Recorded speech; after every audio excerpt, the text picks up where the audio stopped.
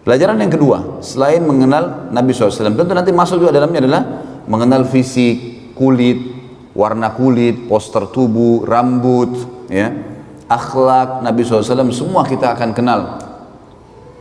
Bagaimana beliau berumah tangga, bagaimana menyelesaikan masalah-masalah rumah tangganya. Ada masalah, beliau pecahkan dengan kebijaksanaan, dengan kedewasaan. Bagaimana menghadapi tetangga yang selalu mengganggu, bagaimana menghadapi dakwah yang sedang menghadapi rintangan, bagaimana menghadapi pasukan musuh yang akan menyerang Madinah, bagaimana dan bagaimana.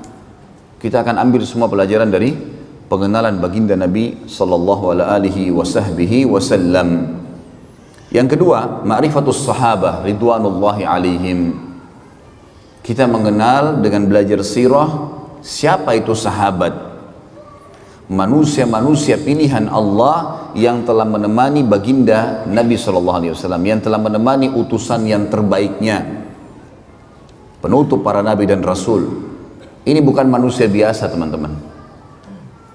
Bayangkan kalau kita hidup di zaman fase Mekah dulu, nggak ada lampu, nggak ada media sosial kayak sekarang, nggak ada AC panas. Antum sekarang Masya Allah belajar sirah di AC di Masjid Istiqomah yang besar seperti ini, lampu ada, terang, ada kamera merekam, bisa didengar kembali. Zaman dulu rumah dari tanah liat, Mekah dulu itu desa terpencil, nggak ada orang di dunia yang mau lihat Mekah itu, kecuali orang-orang beriman yang datang haji, itu pun jumlahnya masih sedikit. Dulu negara Persia dan juga negara Romawi tidak pernah terfikir menyerang Jazirah Arab, karena bagi mereka ini padang pasir, gak ada apa-apa, gak pernah mereka rebut. Padahal Jazirah Arab itu posisinya di tengah-tengah dunia. Kenapa mereka tidak terfikir menyerang? Karena padang pasir, gersang, gak ada apa-apa. Hasilnya maksimal yang paling banyak kurma. Mereka gak pikir serang itu. Coba antum bayangkan kalau antum hidup di fase itu, di perkampungan terpencil di muka bumi, ada orang buta huruf, nggak bisa baca, nggak bisa nulis, ngaku nabi dan harus beriman. Kira-kira jadi Abu Bakar atau jadi Abu Jahal? Hah? Sekarang gampang antum beriman, Quran sudah lengkap, masjid banyak, para dai-dai mubalik sudah banyak menyampaikan tentang hukum-hukum Islam. Tinggal ambil, belajar, amalin, mati, masuk surga. Mudah sekali. Zaman dulu teman-teman, turun satu ayat, turun dua ayat, dan ini kewajiban mematuhi loh, dan membela hidup mati. Nggak gampang pada saat fase Mekah itu, luar biasa dulu. Nanti kita lihat teman-teman perjuangan para sahabat bagaimana dalam sirah ini, bagaimana mereka di zaman itu tidak ada media bisa percaya. Bisa percaya, bisa yakin, bisa mengamalkan. Wajar itu. Muhajirin dan Ansar, Allah janjikan dan jamin buat mereka surga. Demi Allah pantas untuk mereka. Pantas. Perjuangan yang meninggalkan keluarganya, berkorban dengan hartanya, berkorban dengan darahnya. Kisah-kisah yang kadang-kadang subhanallah, saya kalau belajar kisah sahabat tidak sadar netes air mata di depan laptop saya itu. Luar biasa kisah mereka ini. Di mana kita ini gitu. Kita selalu sibuk dengan pasar, dengan dagangan, dengan istri, dengan anak, dengan ini, lupa tidak ada perjuangan buat agama gitu. Ini sahabat luar biasa, pengorbanan yang luar biasa. Wajar Allah mengatakan radhiyallahu anhum wa radu'an. Allah sudah ridho dengan mereka. Tahu ridho teman-teman? Ridho itu kalau orang diberikan sesuatu yang membuat dia sangat puas, baru dikatakan ridho. Kalau misalnya kita memberikan seseorang sesuatu, misal ada fakir miskin minta, kemudian kita kasih uang, misal dia butuh 3 juta rupiah, kemudian kita kasih 10.000 rupiah, ya udah dia terima kasih, dia pergi. Apa dia sudah ridho? Dia ridho teman-teman kalau dia minta 3 juta, antum kasih 5 juta. Dia akan doain antum, dia akan berterima kasih. Nah itu namanya ridho tuh. Kalimat ridho digunakan di situ. Allah mengatakan radhiyallahu anhum, pakai anhum jamak. Allah ridho kepada semua mereka, sahabat itu. Yang ridho siapa? Pencipta langit dan bumi. Waradu'an, tidak cukup di situ. Allah bilang, dan mereka dipastikan memang ridho dengan Allah. Memang mereka siap mengorbankan apa saja untuk Allah dan Rasulnya alaihi salatu wassalam. Kita akan belajar teman-teman, ada kisah sahabat yang kiprahnya sangat luar biasa, kisah heroik dalam masalah perjuangan jihad, dalam masalah sedekah, dalam masalah berbakti dengan orang tua, dalam masalah memperjuangkan dan menjalankan sunnah Nabi SAW, agamanya Nabi SAW yang dibawakan. Banyak sekali yang kita bisa ambil. Nah ini semua kita akan ambil dari sirah. Pentingnya luar biasa gitu. Yang ketiga, ma'rifatu sababun nuzulul Quran. Sababun nuzulul Quran, mengetahui dari sirah tentang sebab turunnya Al-Quran. Dari sekian 6.000 sekian ayat Al-Quran, saudaraku seiman, ada di antaranya ayat-ayat yang punya sababun nuzul atau sebab turunnya ayat. Kalau ada sababun nuzul ayat, maka kita semestinya membaca ayat dengan sababun nuzulnya, karena sebab turun ini akan membuat kita memahami tentang apa yang sedang Allah inginkan di ayat itu. Dan semua sabab nuzul diambil dari materi sirah. Nanti kita akan lihat dari sirah ini, oh ternyata ayat sekian turun karena kejadian ini di surah ini. Juga kita jadi tahu teman-teman, kenapa Iqra bismi rabbikal ladzi khalaq yang turun pertama sekali ayat berada di juz 30. Kenapa bukan di pertama? Kenapa Al-Fatihah yang pertama? Banyak ayat-ayat Al-Quran yang turun di Mekah itu berada di juz 30 semua, rata-rata di juz terakhir. Padahal awal-awal turun. Ternyata memang sabab nuzul berpengaruh di sini. Sebab turunnya ada, terjadi sesuai dengan kasus, dan Allah yang maha tinggi dan maha pemurah memerintahkan Nabi-Nya Muhammad SAW meletakkan ayat-ayat itu pada tempatnya. Seperti misal letakkan ini di sini, letakkan ini di ayat di surah nomor ini, di surah ini di ayat sekian, sehingga tersusunlah 30 juz seperti kita sekarang. Semua diambil dari sirah itu, karena per kasus. Nanti kita lihat, oh ternyata turun surah nomor 74, surah nomor 75 di tahun sekian, di waktu ini, oh kejadian ini.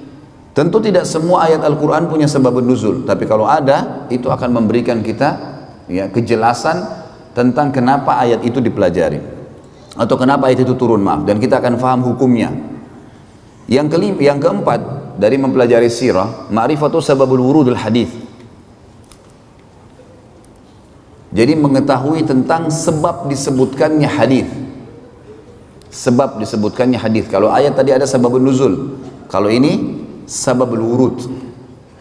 Jadi sama dengan ayat tadi, hadis-hadis Nabi SAW ada yang memiliki sababul wurud, sebabnya Nabi sebutkan, ada juga yang tidak. Tentu memahami sababul wurud penting sekali, karena dengan mengenal atau mengetahui sababul wurud kita tahu apa yang Nabi SAW sedang luruskan di situ. Contoh misal, pernah Nabi SAW dalam hadis Bukhari Muslim jalan di sebuah pasar, kemudian menemukan ada seseorang berdagang jual gandum ditumpuk seperti gunung gitu.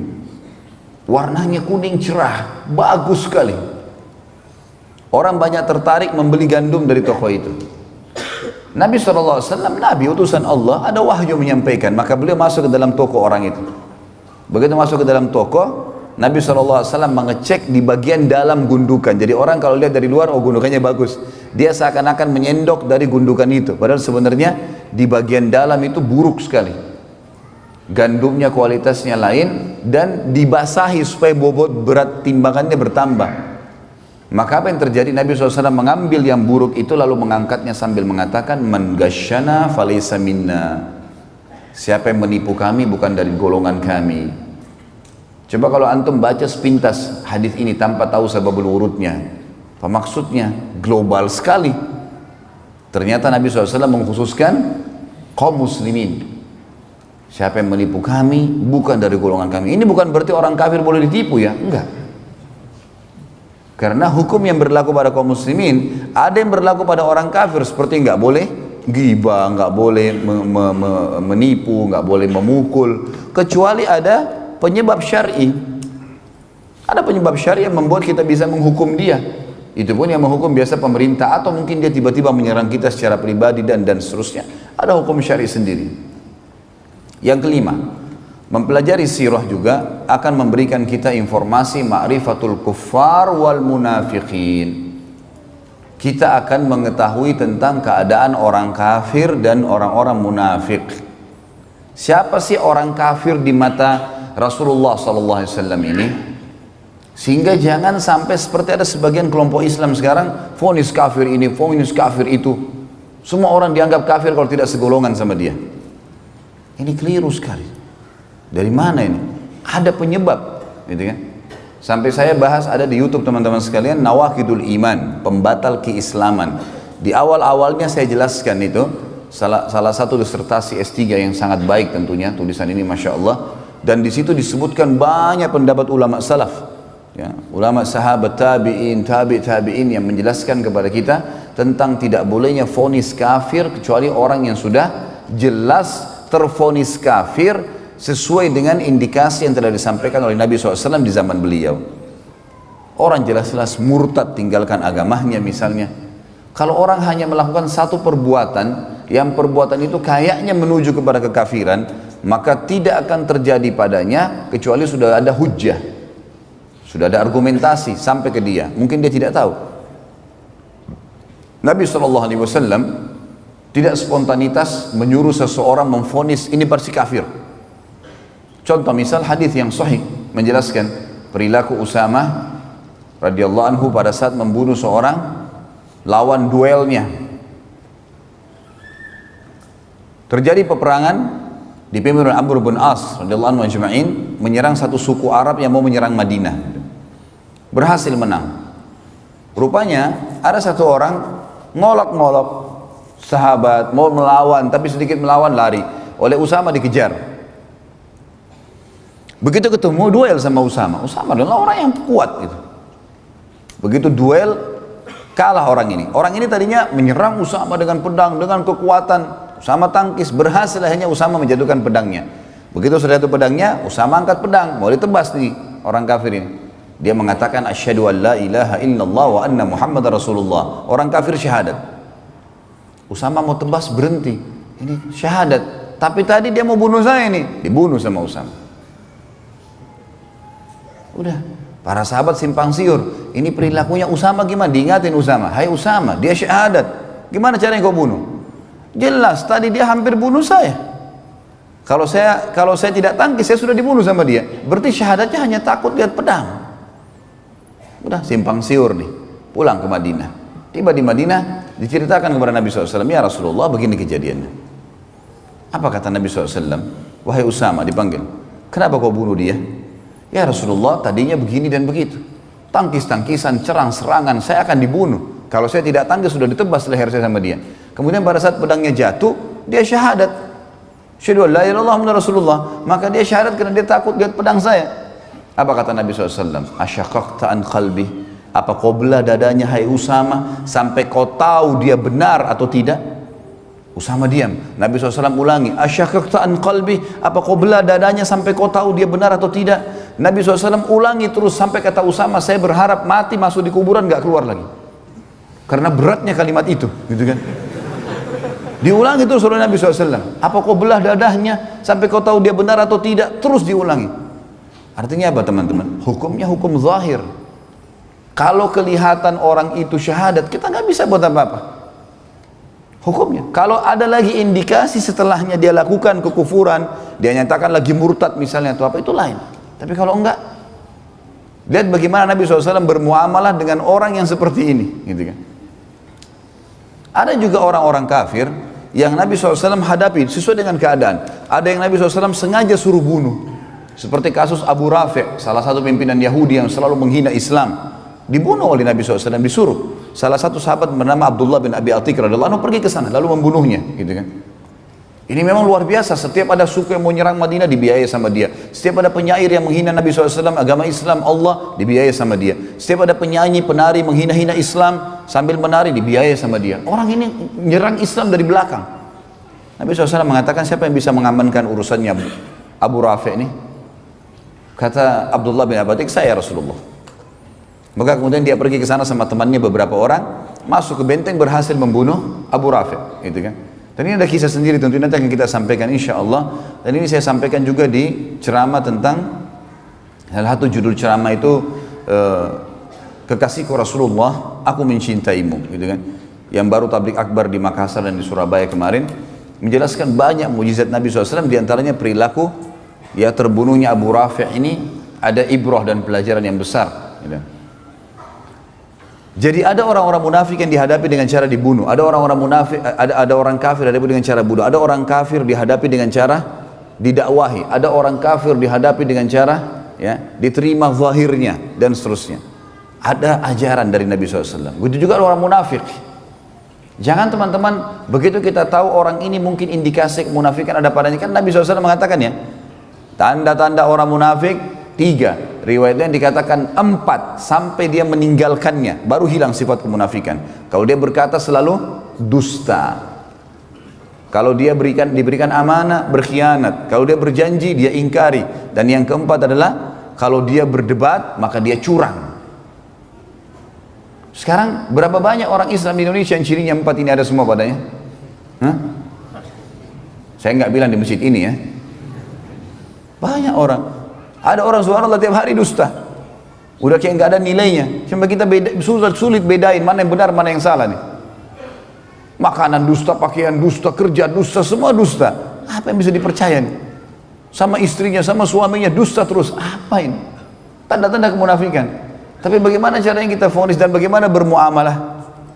Kan kata Nabi SAW, pastikan dia munafik tulen sampai dia tinggalkan. Berarti ada jalan keluar. Kalau dia taubat, dia tinggalkan, keluar dari munafikan, gitu kan? Dan Islam tidak pernah melihat masa lalu seseorang. Ada di antara nanti orang-orang yang tadinya munafik, kemudian masuk iman dalam hatinya lalu pindah, betul-betul dia menjadi seorang mukmin. Ada. Nanti akan kita jelaskan juga dalam sirah. Bagaimana Nabi SAW bermuamalah dengan mereka?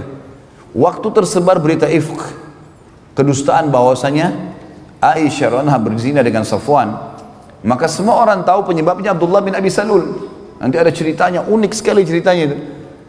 Maka begitu Nabi SAW sudah tahu, yang paling pertama berdiri Umar bin Khattab mengatakannya, Rasulullah izinkan saya tebas lehernya, bunuh aja orang ini, munafik. Dan Umar selalu setiap ada orang melanggar depan Nabi, ya Rasulullah izinkan, anda izinkan hilang kepalanya orang ini. Luar biasa kalau Umar hidup zaman sekarang, wah banyak sekali kepala yang hilang gitu. Apa kata Nabi SAW? Tidak, hai Umar, jangan sampai orang-orang ngomong Muhammad membunuh orang-orang yang hidup seakan-akan jadi sahabatnya gitu. Seperti ini munafik, jelas-jelas munafik, Nabi SAW tahu. Tapi kan dia berbaur dengan muslimin, seakan-akan dia bagian dari sahabat. Jangan sampai orang berkata Muhammad bunuh sahabatnya. Sampai tersebar di setiap musuh Nabi SAW. Ayo, orang-orang Yahudi biasa bilang kalau sudah terdesak kita masuk Islam saja, karena Muhammad gak mungkin bunuh sahabatnya. Sampai tersebar itu sebuah konsep. Berarti ada cara menghadapi orang munafikin. Dakwahi, sampaikan. Bukan seperti orang kafir, misalnya ada yang dibunuh, nggak ada. Kecuali ada penyebab-penyebab syarikat, dia berzina, dirajam, atau dia misalnya membunuh, maka dia dibunuh dan seterusnya. Jadi ada metode cara menghadapinya, dan sirah mengajar kita dengan sangat detail. Bahkan kejadian di zaman Nabi SAW per individu, gitu kan. Serta pelajaran yang luar biasa teman-teman sekalian adalah Islam tidak pernah melihat masa lalu seseorang. Ini kalau teman-teman ikuti ceramah di YouTube ada judul yang saya angkat, iya inilah aku sekarang. Dakwah atau sebuah ceramah yang semoga Allah SWT ikhlaskannya, tujuannya untuk memberikan motivasi kepada ikhwat dan akhwat yang berubah. Gak ada aibnya. Dulu pezina, dulu pemabuk, dulu perjudi, dulu kafir, dulu memerangi Islam. Tapi setelah syahadat selesai semua. Karena Islam tidak membenci individu seseorang. Yang dibenci adalah perilaku yang salah. Umar bin Khattab dulu benci sekali sama Islam. Umar bin Khattab itu kalau keluar, khusus keluar dari rumahnya waktu di Mekah untuk nyiksa kaum muslimin. Khusus keluar, ganggu, pukul orang, siksa orang muslimin. Sampai waktu itu tersebar berita kalau Umar kemungkinan masuk Islam. Kata beberapa sahabat apa? Kalau Umar syahadat, unta juga bisa syahadat. Kayaknya mustahil gitu, nggak mungkin. Tapi dia setelah syahadat, Islam nggak lihat lagi masa lalunya. Umar yang mengaku dan mengatakan saya seorang khamar, orang yang suka minum khamar, dan khamar banyak sahabatnya kan. Khamar itu banyak relasinya selalu ke khamar, zina, macam-macam judi. Memang perilakunya satu sahabat semua itu. Sama antum kalau hadir majelis ilmu, sahabatnya masjid, ya, sahabatnya Quran, sahabatnya kitab, memang begitu. Itu sahabatnya. Jadi kita kena satu sahabatnya, kena semua itu. Ini. Makanya jangan buka pintu itu. Orang yang buka pintu kesalahan seperti orang yang ada di mulut jurang. Jangan coba-coba. Sekali tergerincir susah keluar. Kecuali mendaki, susah. Maka jangan coba-coba. Sementara keimanan dan jalan amal soleh ini semuanya jalan lurus, enak. Jalan mulus sampai mati, nikmatin makan, minum, tidur segala macam. Setelah itu mati masuk surga, abadi selamanya. Jadi ada metode menghadapi mereka.